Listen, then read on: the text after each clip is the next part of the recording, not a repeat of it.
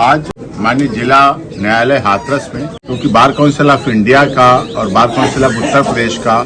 Joint message था, जिसमें strike के लिए था जो एडवोकेट अमेंडमेंट एक्ट 2025 था, जिसकी वापसी हो गई है, लेकिन हड़ताल थी, इसीलिए सभी अधिवक्ता यहाँ कार्य से विरत रहे और यहाँ आज सुनवाई मानव मंगल मिलन वाले मामले में जो हाथरस प्रकरण हुआ था 2 जुलाई का, उसमें सुनवाई नहीं हुई और अब उसमें 10 मार्च की अगली डेट दी गई है। न्यायिक आयोग की रिपोर्ट आ गई है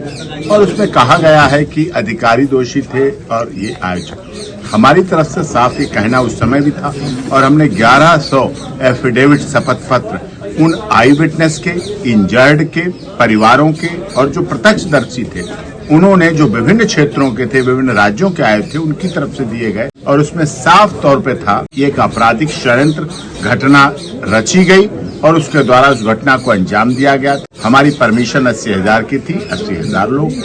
और उसमें अधिकारियों ने ब्लैंक छोड़ा, क्या नहीं छोड़ा, अब उनकी तो बात मैं नहीं कह सकता, लेकिन जो भी हमारी तरफ से, आयोजकों की तरफ से सारी सावधानी बरती गई, जो कि विगत 20 वर्षों से मानव मंगल मिलन सद्भावना समागम में चला रहा है, करते आ रहे हैं। कहीं कोई किसी तरह की घटना को कोई अंजाम नहीं हुआ। पूरे देश के सभी उत्तर भारत के, नॉर्थ इंडिया के सभी हिंदी भाषी राज्यों में मानव मंगल मिलन सद्भावना समागम का समय समय पर आयोजन होता रहा है। हर महीने के प्रथम मंगलवार को होता रहा है। कभी कोई ऐसी घटना, षड्यंत्र था, साजिश थी, जो कि न्यायिक आयोग की रिपोर्ट भी विधानसभा में रखी जाने के बाद ये सब खुलासा भी होगा और सब कुछ सामने भी आएगा। और जो प्रोसेस चल रहा है उसमें हमें न्यायिक आयोग पर, शासन पर, प्रशासन पर, माननीय अदालत पर, ऑनरेबल हाई कोर्ट पर पूरा भरोसा है कि हमें न्याय की पूरी उम्मीद है कि न्याय मिलेगा और न्याय होगा।